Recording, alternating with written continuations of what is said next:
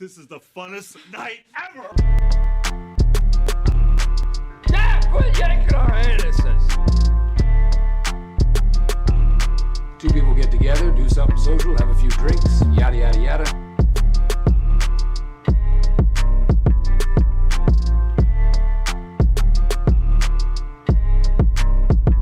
It's called Two Brothers. Two Brothers. It's just called Two Brothers. Welcome.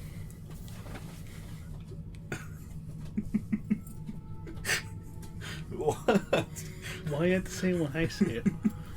Just to fuck up your rhythm? It doesn't. Oh, it doesn't? Fucking my rhythm matter. Fucking bitch. Welcome to another episode of Two Brothers. Two Brothers. And on tonight's episode, we're just gonna, you know... Great. We're just gonna fuck around. We'll be... I found this topic for tonight's discussion on a TikTok a long time ago. It was like a few months back, and it was basically about what game would you have want wiped from your memory and played for the first time again. I mean, if you have multiple games, you know, throw them out there. But I think we're gonna have multiple games when we can't, talk there's about no way, this. So yeah. But A little update: my back is doing better. no one gives a shit. I didn't give a shit. Okay, I thought I was dying on that episode. My back fucking hurt. Anyways, I'm doing better. How you doing? How are you feeling? I'm feeling good. Good. All right. Should we talk about what we're playing? Oh, here we go. Okay. All right. I don't know. All right. Let's just get into it then. Shit. You start. I gotta take my necklace off. So go ahead. My god. It makes too much noise. I forget to take it off. Go ahead.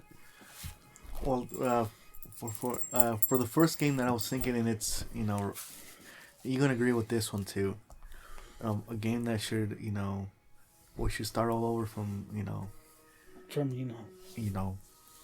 Beginning. The beginning. Just say it. It's a Resident Evil 4. Oh damn, that is a good one. I would like to, have my memory erased about that and starting all over with that again. Just the atmosphere, the tension, the fucking gameplay, everything. The characters. Yeah. Just going through the first playthrough and then playing it again. Let's say on professional and unlocking all the extra guns, costumes. Yep, and then finding all the different secrets and different strategies on how to defeat the enemies and the bosses. I didn't know that. The fuck's his name? It's the one monster that chases you. His Salazar's right hand. Fuck, I don't know who he is. But It starts with the V, I think. It's the guy in the sewers, right? Yeah, and you have to do QTEs a few times and shit. I didn't know you could kill him with the fucking rocket launcher. I always thought that you had to just survive until the elevator came down and you could leave. That's an option. You can kill him or you just wait. Yeah, but it's you kill him and you get a little treasure piece that you can add onto the crown that you get a little bit before then.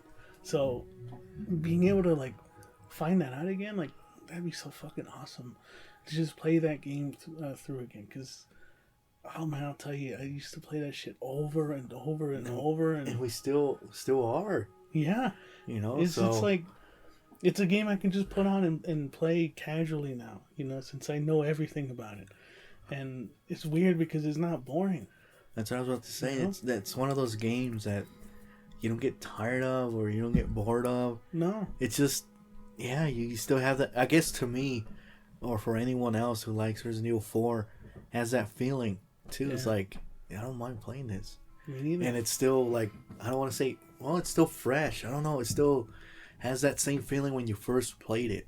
Yeah. So that's a good choice. That I don't know. I didn't think of that first because at least one of the games I want to play again is we're playing music. I was gonna bring that game up but, too. Bloodborne.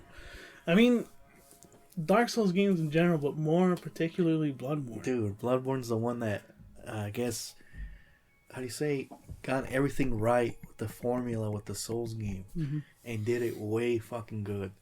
You know, again, the atmosphere is so fucking like, Oh my god, so fucking thick. not medieval. It's so, what's it? Victorian? Victorian. It has like H.P. Lovecraft vibes up the fucking ass. Like, Yeah. it's just packed with so much fucking details in the environments and like the creatures, and that's a horror game through and through for sure. But it's also really intense with the combat, and like that. It's kind of like coming from Dark Souls 2, at least for me, because this was your first introduction, right? Yeah. You didn't play Dark Souls 2 yet. So for I gave me, it I want to say I gave it a shot, but I wasn't so Yeah, you didn't get invested into in it. Yeah. But when I played Bloodborne coming off of Dark Souls 2, it was such a fucking learning curve. And I know that's how it was for everybody. Yeah, I think You it's know? for everyone. Yeah. Like the fucking button to heal yourself was triangle, which in Dark Souls was to switch weapons.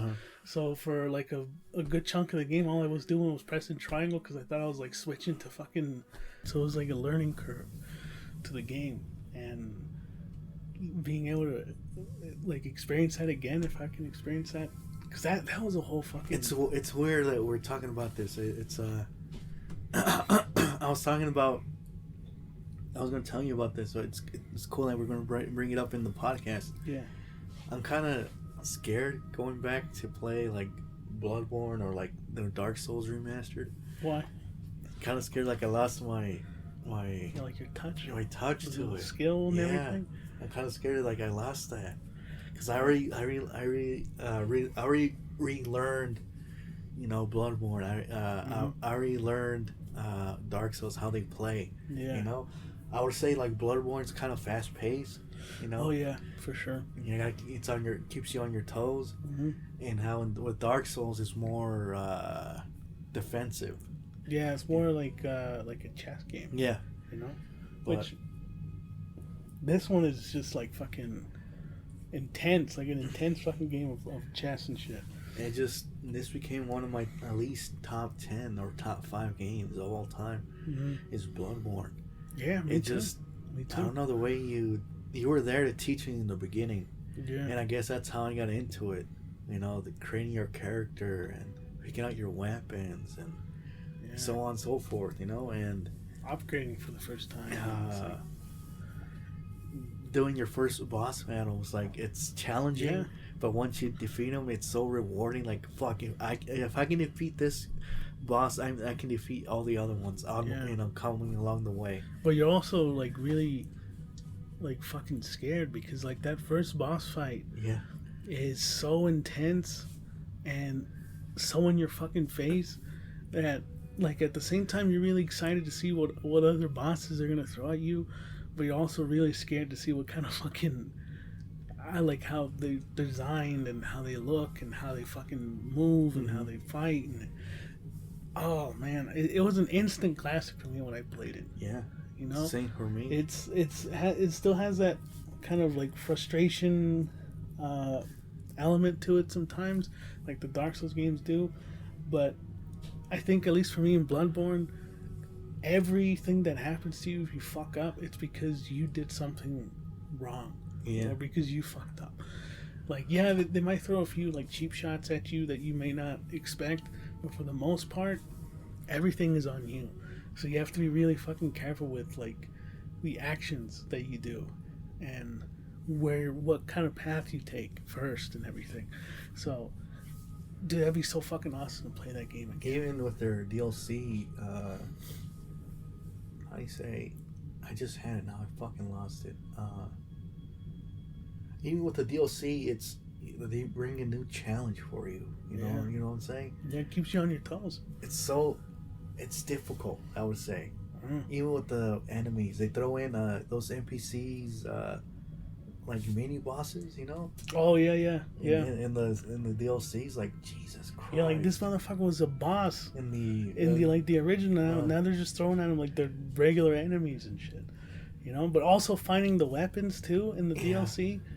That's a whole experience in and of itself too, because like you read the description text and you get some of that like story like lore to it and everything. It's just like I said it before, and I'll say it again. Like, if I, let's say, put on Bloodborne and start playing it again where I left off, or with a new character, whatever it is, I can't drop it. I gotta see it through the end. Because that's how addicting and how fun and exciting and everything. It's in one package for me. Yeah, and I know we talked about it in our Dark Souls retrospective too, but like this stands the test of time. There's still people playing this fucking game. Yeah. There's still people finding out shit about this game that till this day that they didn't know about when it originally came out. You know, like combing through the fucking files and data and shit, and they're finding different monsters that could have been included in the game, or going through the chalice dungeons, finding bosses that they normally wouldn't be able to find in the single player story. Like, just so much shit to do. Not that long ago, I discovered new things, like new what'd you call them, NPCs? Like you can talk to them. Yeah. And stuff like that. Like there's one guy that you rescue in like a top of a rooftop or some shit. Mm-hmm. And I think he's saying, "Oh," and like he's going insane, basically. Yeah. And you take him. I guess you take him to the church, and he becomes a werewolf. Oh yeah. I know who you're talking about. Yeah. You can save people in the village. It's if you want. I think I should do that and get a walkthrough, because I guess there's like certain time that you can do it. Because if you fuck up, you do something else. And it's already it's fucked. You can't save that character. You know? There's different like little I don't know if you call them like side quests. It's more like side stories, but like you interact with them at different points in the game, and they tell you about their like their little story and everything, and they give you items too that you can use later in the game. It's just there's just so much to do, and even with the ending too, there's different ways to. There's a like if you just want to end it with what do they call it? The fucking... It's that one lady with all those fucking hooks and everything. Shit, I feel like I have a name on the tip of my tongue, but like you can stop right there, or you can collect all the umbilical cords and get the actual ending, where you fight the first hunter, basically. Yeah. In the hunter's dream, and it's like, dude, there's just hours of... How many hours did you sink into that? You said you put in like at least a good almost 200 fucking hours in that game. Yeah. 2 hours, 200 hours in that game. Half the time was helping my friend and doing the challenge dungeons and all that shit. Because he platinumed that game too. I'm fucking jealous. Yeah. You did that without me, fucking asshole. But it's like to be able to redo that shit again. Yeah, dude. Oh my god. And there's something about From Software games, man, the way they take you to a different world, and you're just whatever problems you have outside of that game just completely dissolve when you play From Software games, especially that has to tell you. Yeah, I think I sucked in maybe almost 200. I'm sure almost 200 almost hours. 200 easy, almost playing it over and over and doing the challenge dungeons and the DLC and fucking stuff like that. Is like, that tells you how fucking I love that game. So do you, So it's fucking okay. we've been on that enough. What's another game that you would play again? For me, has to be. Is it another Resident Evil game? No. We can put on Resident Evil shit here. Dude, all the Resident Evil games, honestly, you could replay them. I wish I could play them again. I know. 2 remake? Dude. Playing that shit again, so fucking awesome, man. For me, it has to be, it's just probably not people's favorite, entry in the franchise. I liked it because of the story and the little details that Hideo Kojima put in there. It's Metal Gear 5 Phantom Pain. Phantom Pain? Okay. I really dig that. That open like sandbox. Yeah, and the story. And I was so invested by that, even though that wasn't spoilers. That wasn't the real, big boss. Yeah. That fucking like blew my mind when I beat the game. Like, what? Yeah, And me too. Me too. And if you pay attention in the cutscenes, even in the trailers, to me, I see it that way. To me, that Hideo put that in plain sight for you, and you don't pick that up until like when you beat the game. Mm-hmm. You know? Yeah, it doesn't make it doesn't make sense, but you kind of go with it. Uh-huh. You know, as a player, you're just like, this is what the game is, and this is the story or whatever. But then it fucking does like a 180 on you. Yeah. And yeah, that fucking ending was. I was so fucking surprised by that game. It isn't like it isn't a conventional Metal Gear game. You know, it's kind of like an open world, like do whatever the fuck you want, how you want to approach missions, and just, like we were just talking about Bloodborne, like people are still finding shit to do in that game. Like there's different cutscenes that activate if you do a certain thing, or like they only activate after a period of time from not playing the game. It's so like Hideo Kojima definitely packed in so much into that one title. And I feel like the leftover shit that Konami didn't want to do, like to me, it wasn't still finished. I feel like that was gonna be DLC, like what's his name? His name is Liquid Snake. I don't know what they call him as a kid. Oh, okay. I thought you were talking about fucking Ocelot for some reason. Yeah, but Liquid Snake, right? Yeah, when he was a kid, whatever. Yeah. He escapes the little mother base. Yeah, mother base that he is, and Snake has to go retrieve him again, like in some type of jungle or something. And you gotta fight him inside of a Metal Gear, I think. Really? Or something like that. Yeah. Like so, there's a lot of things left over, you know. See, I'm not, because I mean I'm a fan of Metal Gear, but boys, there's no fucking story that's more complicated, at least to me, than the Metal Gear Solid series. Yeah, it is. Like I know a lot of people are like Kingdom Hearts is also fucking complicated, and Final Fantasy games, but at least for me, like there's so many fucking people to keep track of in that series. I would think like if Hideo never left Konami, I think we would have seen where this, I guess, the story was going to go. You think? I think there's still more story to tell, but wasn't it all leading up to, was it 3 or Peace Walker? No, Peace Walker already happened. Peace Walker? Oh, and, wait, 3 already fucking happened too. See, I get confused by this shit. Well, you get like I guess there could be more story, huh? Yeah. With the real big boss, like what was he doing? Yeah. When the fake one was doing his, Yeah, I guess that could have been, but I don't know. I feel like he was kind of done already. You know? Think? I think he was done with 4. I don't know why he at first I was like, I don't know why he's doing a 5. Because I thought 4 was it, but he did another one and he managed to fucking like hit gold again with 5. But I don't know if he wants to. I don't know if he wanted to do another one.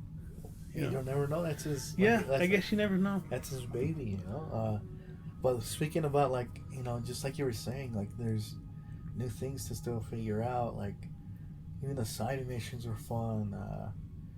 I put not a lot of hours, but I remember playing even the multiplayer. That was multiplayer was fun. Cool. It's I don't want to get too much into it because I know we're gonna do a retrospective of Metal Gear in the future. But playing online too is so different from all the games that had come out at that time. Because you had like Call of Duty, and you still have Battlefield games that were coming out, like your traditional multiplayer games, and then Metal Gear comes out, and it's like puts a unique spin onto it. It's. Yeah, and isn't that like one of the very first games you played online with your friend too, right? Yeah. Was Phantom Pain. Phantom Pain, and just I remember late nights just being stuck in side missions. Yeah. That's how hooked I was with that video game. That's coming back to me. All of it's coming back to me. So yeah, Yeah. I'll say Metal Gear 5. Metal Gear 5. That's a good. Because I thought you would have chosen like 4. Because I know 4 is I your was favorite. between those two, but 4 is mostly a fucking movie.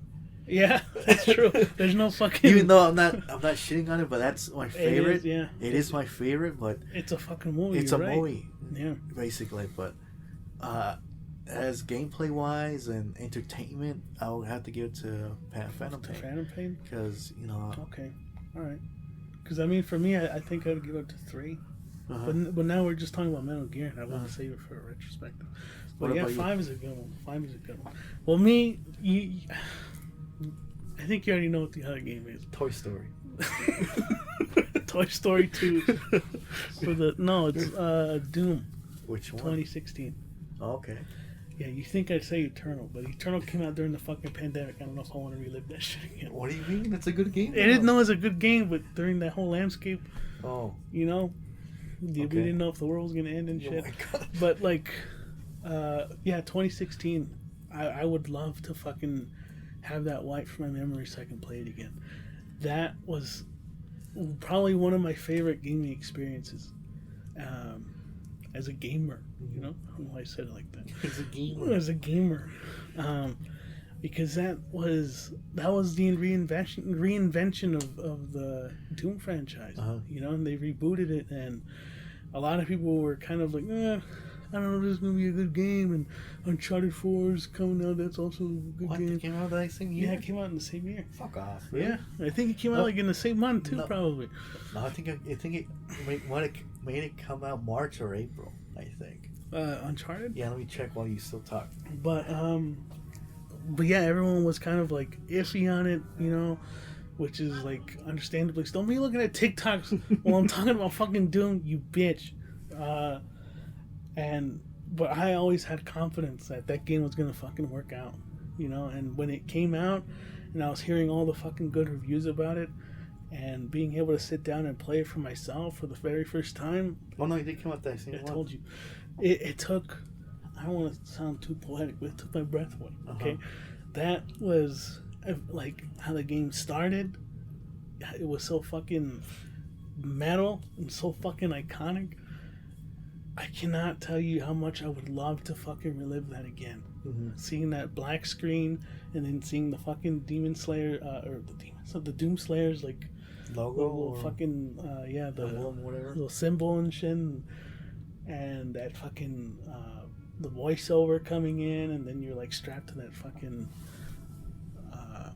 what was like your coffin, and you're just breaking out and being able to just move freely, and nothing was like that during that time.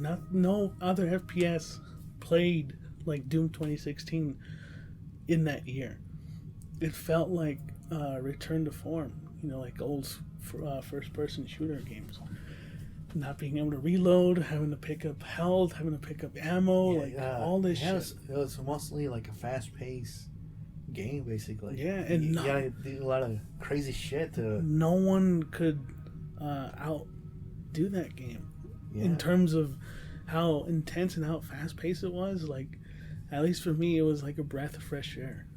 And like you're right. I think a lot of people estimated like if it was gonna be great or all right, whatever. People were kind of iffy on the glory kills too. They were like, "Oh, this is gonna slow down gameplay and blah blah blah." And it turned out like it complemented the gameplay, because it felt like it was like a dance that you were doing, and like you would shoot this demon and you would glory kill that demon to get more health, and then you chainsaw that other demon, and like. Oh my god! Yeah, I think it blew critics away, man. That's why you got praised a lot. Coming from me too. I fucking from different love that outlets and shit. Yeah. So I would love. Even though I'm not a big fan, I as you are, but yeah, if I was gonna pick,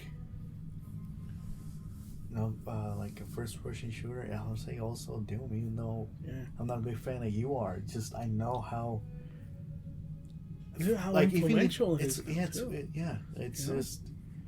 soundtrack wise, fucking like you said. Soundtrack, great fucking soundtrack. Like everything, man. Like it. Yeah, I don't like.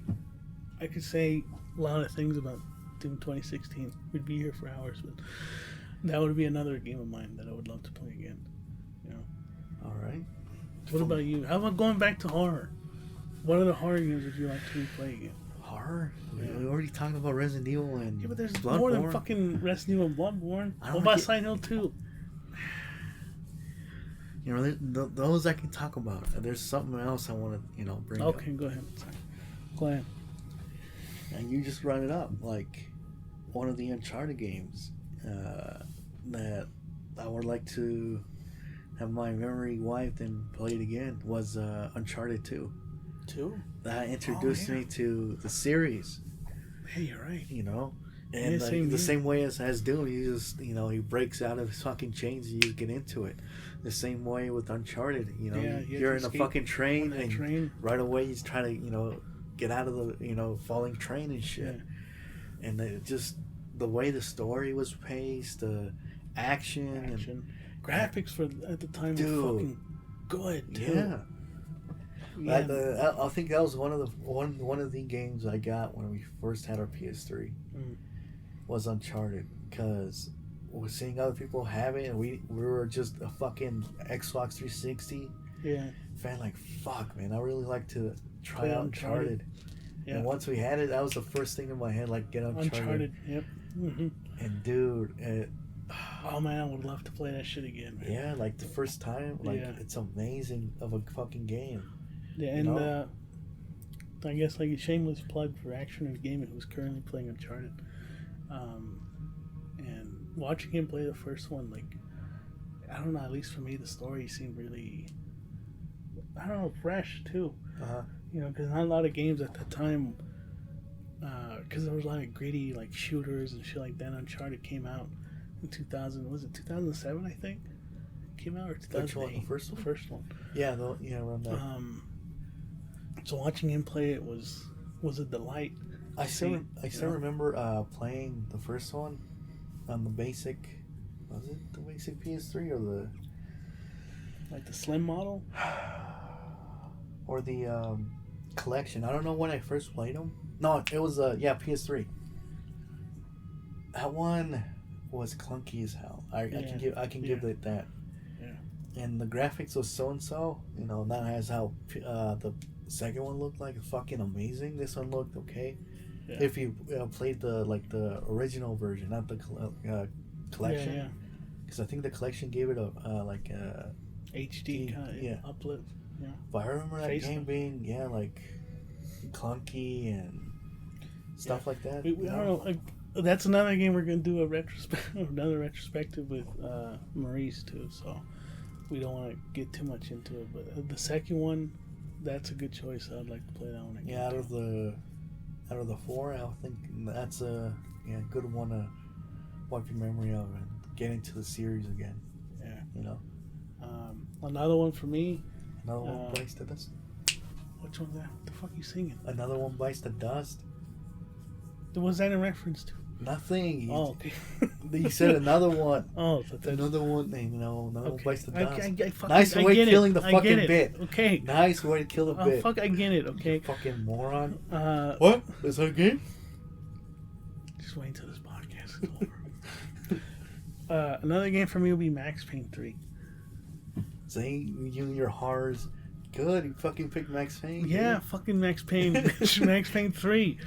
I mean, I like the first one. The second one, I don't play that one as much, but the third one, at least for me, it kind of begs to be. It's like perfect for that question of what game you'd want to be erased from your memory. Because at least for me, Max Payne 3, playing it through more recently, like 2 years ago, it still holds up. Fucking as a third-person shooter, it still fucking holds up.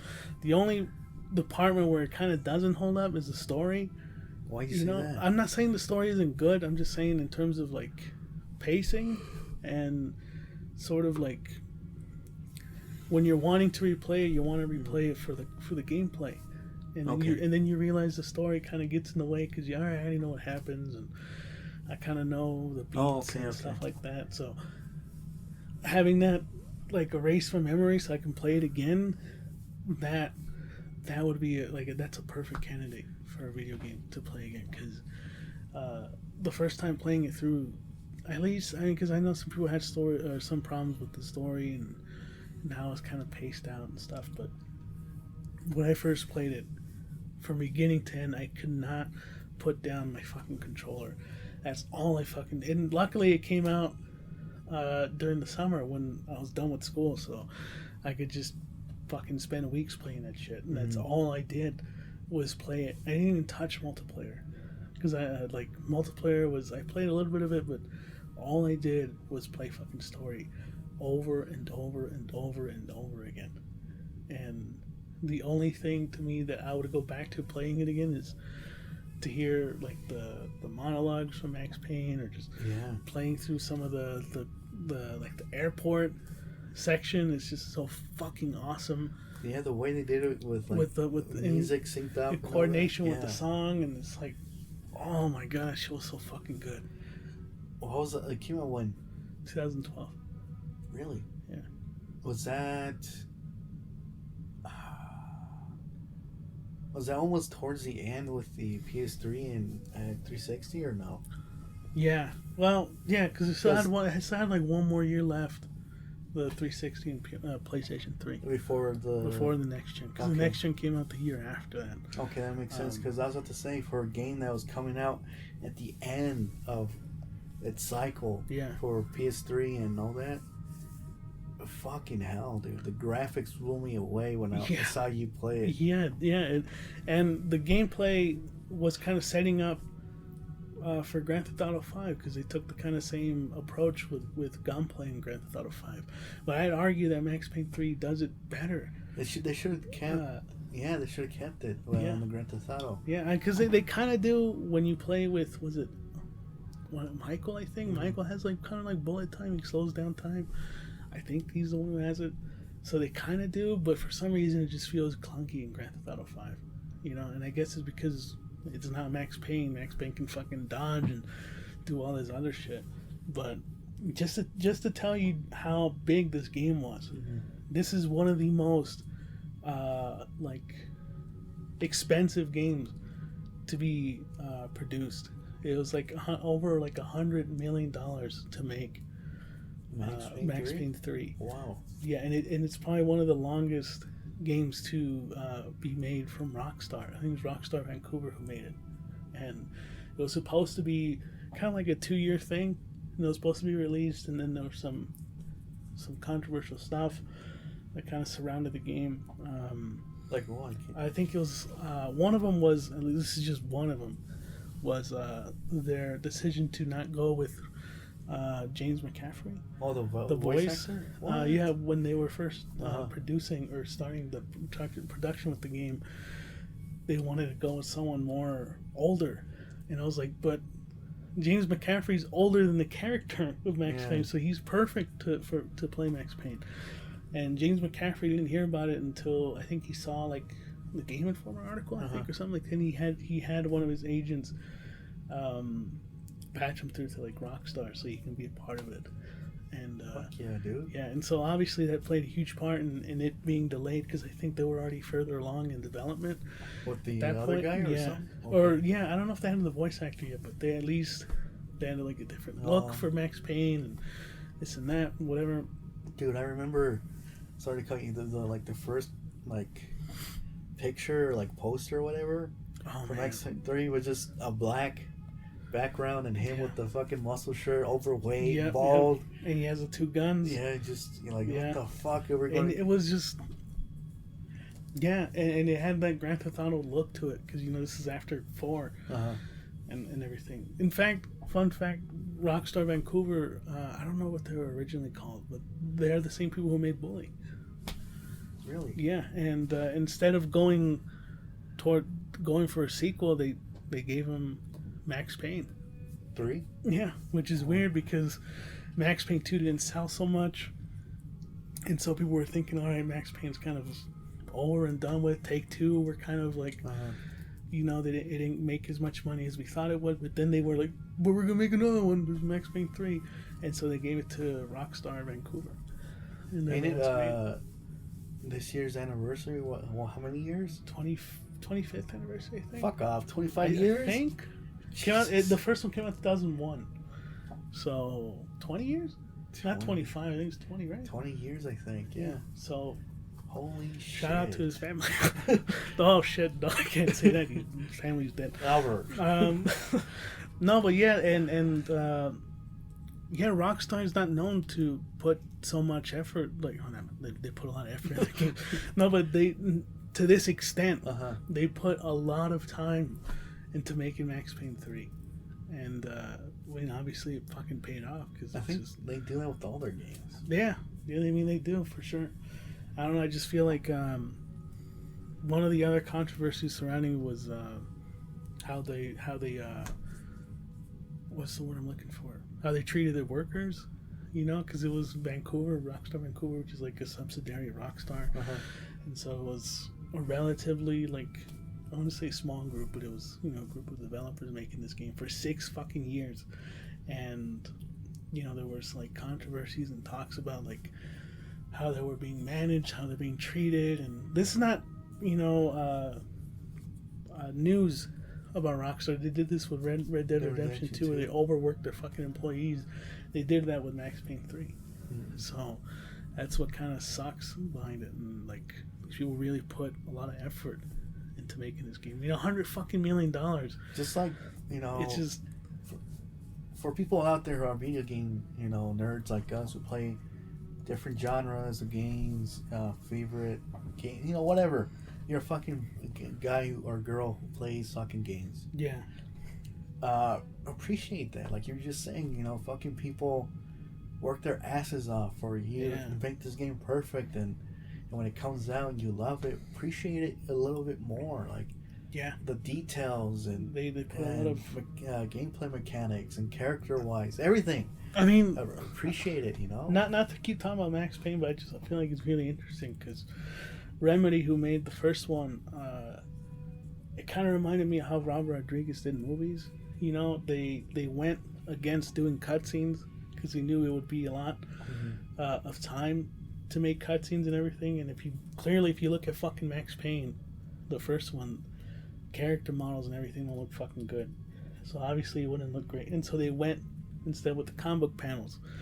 And a fun fact I don't think people know is that the characters that you see in those comic book panels are people who worked on the game, or either like people who worked on the game or friends, family members. You know, they were stand-ins for like characters and stuff like that. Like you already know that the lead writer is obviously the face for Max Payne. The villain of Max Payne is actually the mom of the writer, which is kind of cool. So it's like they kind of all keep it in the family, which is really cool. And I don't know, it's just cool, they really put a lot of time into all these video games that we're talking about. But and it sucks to hear that, you know, some of these people get really overworked, and this is that becomes their fucking life for a long time. And something I found interesting is that Rockstar has said that they take about 2 years or so after a game is finished to work on a sequel, because they want to see what people say about it, you know, positive and negative, so they can see what to do for the next game. So they really do take time in between, you know, making another game. You're fucking saying that's like, where's the bully? They got, you know, praised. Max Payne 3. Where the fuck are the sequels? God. And it's just like, I don't know, but with Rockstar, I know a lot of people were bitching about Grand Theft Auto 6. Like, who's coming out in 2023? What the fuck? We're getting Grand Theft Auto 5 for fucking PS6 and all this shit. God. And it's like, I'm pretty sure they just started on 6. Like, I'm pretty fucking sure they started on 6 either now or they did like 2 years ago. That makes sense. Yeah. They didn't start this shit right after 5. Because after 5, they worked on fucking Red Dead Redemption 2. You know? And so, while you guys are complaining, I'm pretty sure they're hard work, like working on like those little details that you like about Rockstar games. That's probably what they're fucking doing right now. And they don't get no break, especially during probably a pandemic. Yeah. So for all those people who are just like, I want my fucking Grand Theft Auto 6, like, you know, fucking be patient, motherfuckers. You have a bunch of fucking Rockstar games you could play right now, or just other games in general. Yeah. So just And obviously we've seen the aftermath of what happens, like with fucking Cyberpunk. You know, when they rush the developers and overhype a game, and then the developers start to think that, oh, this game is gonna be fucking great, and then it turns out to be underwhelming. It's like, temper your expectations and just be patient, you know. And then you'll get a game like Max Payne 3. That's the moral of that little story. Before we wrap it up. I said wrap it up. You want to do one more before we wrap it up, or what? Want to make a part 2 of games that? Yeah. Is that what you want to do? I guess. Because there's a lot. Yeah, that's why. Yeah, there's a lot we can talk about, and yeah, I think that's a good place to stop. Right? Yeah, we'll get part 2 out of this. We'll do a part 2 next year. Next year, It'll guys. be in development as we speak. No, this was really fun to talk about. And before we end the podcast, I'd just like to thank everybody who listens to the podcast. And I put a lot of work into. We put a lot of work into this. You know, editing coming up topics, editing in. Hey, my back gets hurt. Oh my god. No, but it's like, in all seriousness, this was always meant to be a hobby for us, coming off of El Camino and everything. So even if no one listens to it, this is just a great way for me and my brother here to just talk about video games. But if you guys do listen, let us know. You know, even one comment, one like, it makes our day, man. So if you're out there listening, we appreciate it, you know. It kind of just laugh because it reminds me of like Robert Neville, when I Am Legend. Every fucking, if anybody's out there, I can provide food, I can provide shelter. That's what we feel like. Fucking, we're like the I Am Legend of podcasts. Please, give us a like. There's no one else there. We're fucking talking to mannequins and shit, like renting movies with a bunch of fucking. What's his name? The mannequin from Fred. If you're out there. No. Anyway, sorry. Yeah, leave a like. Smash that like button. Subscribe. Hit the subscribe button. Hit the notification bell, so that you know that we can provide food. We can provide shelter. And yeah, we'll be back with another episode of Two Brothers. Two brothers.